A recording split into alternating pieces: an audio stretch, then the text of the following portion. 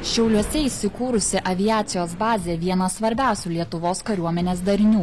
Nuo 2004 čia dislokuoti NATO naikintuvai saugantis 3 Baltijos valstybių oro erdvę. Čia bazuojasi ir Lietuvos karinės oro pajėgos. Jose tarnauja kapitonė Ieva Gulbinienė. Karininkė sako, kiek tik save atsimenanti, visada svajojo vilkėti karišką uniformą. Kai aš mokinausi mokykloje, kažkur 99-98 metais buvo priimtas sprendimas leisti moterims tarnauti kariuomenėje. Ir pirmą kartą buvo priimtas moteris į Lietuvos kariuomenės mokyklą, tai yra į karo akademiją. Ir aš pagalvojau tuo metu, kaip tik buvau gal 9-okė, gal 8-okė tuo metu, kad visai nebloga profesija turėtų būti Lietuvos karininkė. Ir ypač, kai tik tai prasidėjo, ir tai buvo tik tai pirmos merginos, kurios buvo priimtos į kariuomenę. Ir aš pagalvojau, kad aš noriu būti viena jų. Visą gyvenimą sportavusi, mano charakteris buvo susiformavęs toks, kad aš pamaniau, kad man šita specialybė turėtų būti tinkama. 2003-aisiais Ieva įstojo į karo akademiją, o ją baigusi net nesusimąstė, kokiose kariuomenės pajėgose nori tarnauti, kadangi ji šiaulietė pasirinko aviaciją. O oro pajėgos dėl to, kad aš nuo pat mažumės augau Šiauliuose, kurie šitame mieste buvo bazė. Ir virš mano galvos amžinai skraidė įvairūs orlaiviai. Tai aš pagalvojau, kad mano svajonė tikriausiai būti ten, kur virš mano galvos skraidytų plieniniai paukščiai.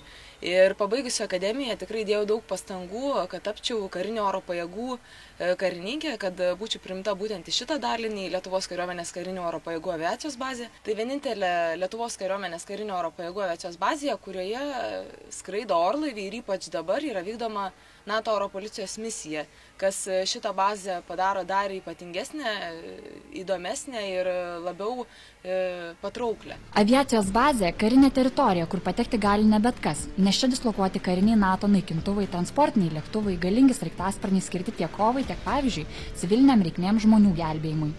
Ši karinė technika daugeliui tikra egzotika, tačiau Ievai tai kasdienybė.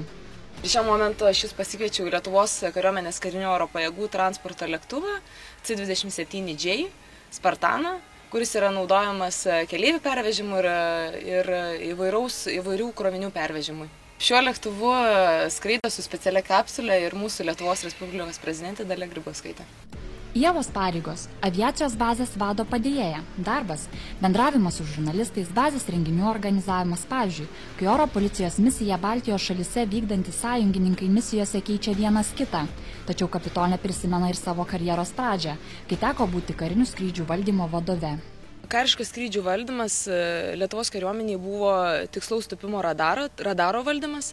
Ir jeigu taip grubiai, netechniškai jums paaiškinus, tai yra orlaivio tupdymas 10 mylių iki tūpimo kilimo tako. Tai yra, kai tu perimi orlaivio valdymą ir sakai, ar jam skristi aukščiau, ar kairiau, ar dešiniau, ar truputėlį žemiau, kad jis pataikytų į taką ir sėkmingai nutūptų. Kiekviename darbe netrūksta ir pliusų, ir minusų, tačiau karininkė įsitikinusi, jos darbas tobulas.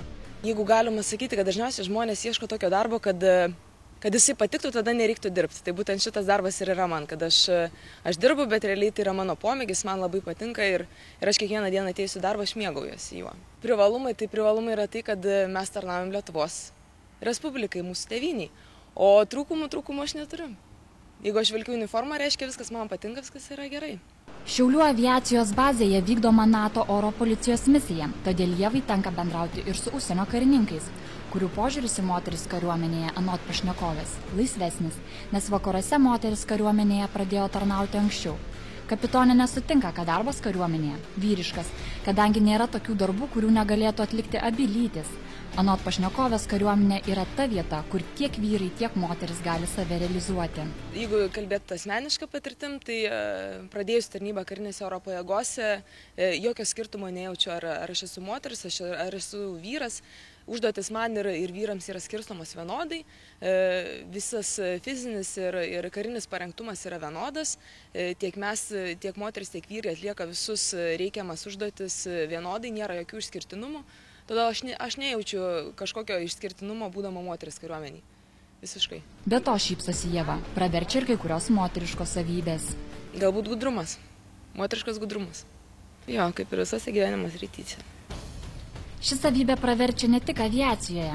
Keliamės į Klaipėdą, kur prie kruizinių ir karo laivų terminalo prišvartuoti 9 karinių jūrų pajėgų laivai.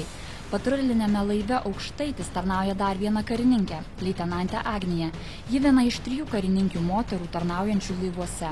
Kadangi esu navigacinės dalies vadė, tai mano visas darbas ir viskas susijusi specifika, viskas, kas yra su navigavimu. Tai jūrlapių parengimas išplaukimui, tiek popierinių, tiek elektroninių, kaip matote. Paskui išsilaikius įskaitas jūroje vedu laivą, būnu vachtos karininkė, tai tokie ir darbai, kaip prie kranto esame, tvarkau šiaip laivo visus popierizmus. Leitenantė Agnija juokauja, ji kol kas šviežias karininkas, tarnauja tik metus, o nemaloniausia patirtis jūros liga.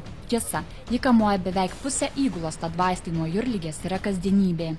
Sudėtingiausia jūra ištverti bangavimą yra. Iš tikrųjų, tai fiziškai tai yra sunku, o daugiau kažkas tai yra švarus popierinis darbas. Tai tu atsisėdi, susirenki informaciją, susidėlioji savo, tarkim, maršrutą kažkokį, susirenki viską, ką tau gali prireikti kelyje, ten, tarkim, visus apribojimus, dar kažką. Ir toks tas darbas. Tai fiziškai nėra sunku, galbūt daugiau apkrauni savo galvą tais dalykais, kad nieko nepamiršti, viską sužiūrėti taip, kaip turi būti ir kad viskas tiktų vadui, nes jisai tikrina tą. Agnija retas svečias namuose, didžiąją dalį laiko praleidžia laive, misijose, tačiau kol kas tai problemų nesukelia.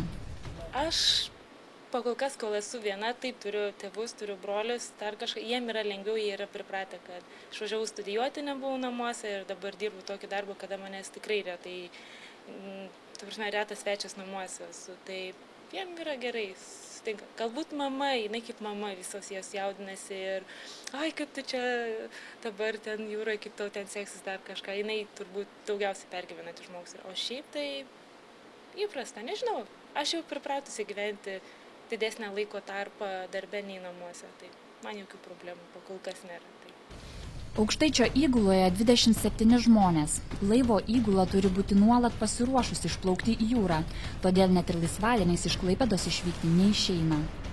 Čia yra P14 Aukštaitis, kaip mes juokaujam, pats šauniausias flotilės laivas, bet kiekvienas, man atrodo, įgulos narys taip apie savo laivą galvoja. O mes esam patrulinis laivas, tai mūsų paskirtis yra patruliavimas jūroje, užtikrinimas saugaus to eismo jūroje, gelbėjimo paieškos operacijos atlikinėti, padėti taršos likvidavimui dar visiems tokiem darbam. Tai taikos metu mūsų visų tokios pačios prioritetai yra žmonių gelbėjimas, paieška. Po vidurinės laivo vedybą studijuoti pasirinkusi Agnija sako, kad navigacinės kovinės dalies vade ji tapo pasiūlius dėstytojui. Šis patarė baigti vadų kursus, mergina sutikusi pamėginti. Nors neslėpia, kad buvo momentų, kai ją apniko abejonės, tačiau užsispyrusi Agnija pasakė savo, jei pradėjai, tai reikia ir baigti. Sausumoje iš tikrųjų nenorėčiau dirbti, tikrai manęs ten nelabai traukia. Ten kiek pasiklausai, ten yra visai kitokia darbo specifika, viskas ir man tai netinka. Čia yra kitaip, čia yra kitoks gyvenimas, jūreiviai gyvena kitaip nei sausumiečiai. Bet kartu ir įdomiau, nors rytai laive prasideda vienodai, tačiau jūra klaidų neatleidžia, tad nuolat reikia mokytis ir mokytis. Ateini, 15:08 pakeliam vėliavą, dažniausiai rikiuojamės ir daugiau, nežinau, jeigu einam į jūrą, mes gyvenam kitokiu ritmu, ten mokomės visų jūrinių dalykų, ko reikia, tiek pradedant nuo žmogaus gelbėjimo, tiek iki kariavimo visų subtilybių. O sausumoje čia prie kranto atėjus, tai biurokratija čia irgi yra pakankamai didelė, kaip ir visose valstybinėse įstaigose. Tai galim sakyti, kariaujame su dokumentais ir popieriais visokiais. Agnijos manimų jos darbas pliusų turi daugiau nei minusų, o ir pastarieji lengvai įveikiami. Galbūt sunkiau yra, fiziškai yra galbūt sunkiau dar kas nors, kai turi dirbti apvalę parą tokiu ritmu, kad ten 6 valandas miegi, 6 valandas dirbi ir taip visą laiką sukasi tas tavo dienotvarkė, dar kažkas šiek tiek išsibalansuoja tas toks miego ir ritmas viskas, tai galbūt tai sunkiau yra. O taip, tai galbūt pasilgsi dar šeimos kartais ilgiau, bet man nėra čia labai dideli trūkumai. Vilnius, Krašto apsaugos ministerija. Viešųjų ryšių skyriuje darbuojasi leitenantė Irina. Nors jos darbas kabinetinės, mergina kaip ir visi privalo dalyvauti įvairiose pratybose, fizinio parengimo atsiskaitymuose. Visi kariai, nepriklausomai nuo jų lyties, jie turi kas pusmetį laikyti karių fizinio parengtumo testus. Tai yra 3 km bėgimas, atsispaudimai, atsilenkimai. Na ir kas pusmetį mes juos vykdom. Yra normatyvai tam tikri, aišku, moteriam ir vyram pagal amžiaus grupę, kuriuos mes turime vykdyti. Toliau yra šaudymo pratybos, kurias irgi turim dalyvauti priklausomai nuo to, koks tau ginklas yra priskirtas, tai tu turi karts nuo karto su juo pasipraktikuoti ir atlikti šaudymus. Tuomet vykdom žygius. Dabar yra tokie normatyvai, kad 8 km žygį su uniforma ir 10 kg svoriu turi įvykdyti ir karinės granatos metime dalyvau. Tai mėtom granatas muliažą tiesiog į taikinius į tam tikrų atstumą ir iš įvairių pozicijų. Irina sako, kad darbą kariuomenėje pasirinko tikrai ne iš patriotizmo. Suvokimas, kam reikalinga kariuomenė, atėjo kur kas vėliau, besiklausant dėstytojų paskaitų, dalyvaujant pratybose su kolegomis. Nėra vienos kažkokios konkrečios priežasties, kodėl aš atėjau kariuomenę. Tiesiog, aišku, norėčiau sakyti, kad atėjau vedama patriotizmo, iš meilės Lietuvai ir panašiai, bet, meluočiau, taip sakyčiau, atėjau iš tikrųjų vedama smalsumo, galbūt ne taip galima pasakyti, nes aš sportavau nemažai, plaukiu ir man taip kai išgirdau apie karo akademiją, aš pagalvojau, kad kaip įdomu, nes tu baigi ne tik kažkokią civilinę specialybę, tačiau ir gauni kažkokią naują profesiją iš vis. Tai tokie gaunasi 2 viename, netgi jeigu taip juokaujant galima pasakyti. Irinai viešieji ryšiai ne pirmoji tarnybos vieta. Pirmasis krikštas po karo akademijos, jai buvo patikėta vadovauti būriui, kuriame net 20 vyrų. Mano pirmoji tarnybos vieta buvo judėjimo kontrolės centras, toks yra kariuomeniai. Ir mano pareigos buvo ginkluotosios palydos būrio vadė. Dabar jis yra ginkluotosios palydos vienetas. Tai aš atėjau ir gavau maždaug 20 karių būrį, kuriam turėjau vadovauti. Ir kaip sakėsi? Aš manau, kad jie pradžioje šiek tiek taip smalsiai žiūrėjo ir atsargiai iš tikrųjų, nes aš buvau pirmoji moteris, kuri atėjo į būrio vado poziciją. Tai jam turbūt šiek tiek įdomu buvo, kaip čia viskas bus, koks bus mano vadovavimo stilius ir apskritai kaip mums seksis bendrauti. Bet paskui jie pamatė, kad viskas tvarkoja ir susibendravom tiesiog. Be to ir darbas buvo įdomus, nuolatinis veiksmas ir iššūkiai. Daug užduočių visokių buvo. Šiaip pagrindinė užduotis buvo vykdyti ginkluotas palydas, tai lydėti užsienio karius vykstančius tranzitu per Lietuvą, taip dažniausiai geležinkeliais. Tai mano tikslas buvo suformuoti jam užduotis, išsiųsti karius ir pati važiavau tas palydas, stebėjau, kaip kariai vykdo užduotis. Tai toliau, kaip ir kitur karinėse daliniuose, vykdydami įvairias pratybas, pasiruošimus, mokymai vykdavo, kursai įvairūs.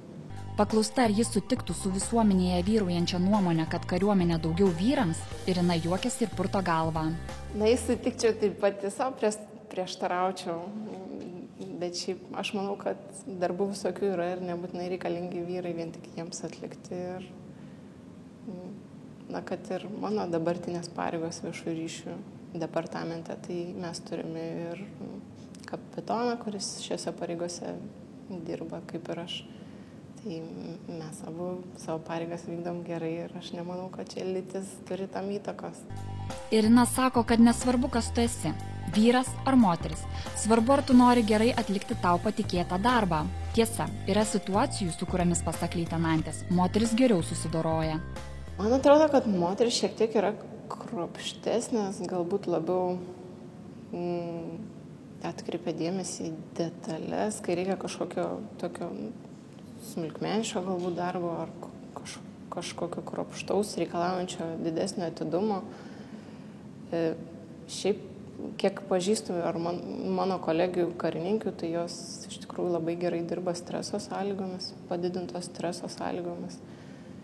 Ir tikrai yra patikimos ir jeigu kažką tai tau reikia greitai ir staigiai atlikti ir tu tikrai visada gali kreiptis ir tau padės.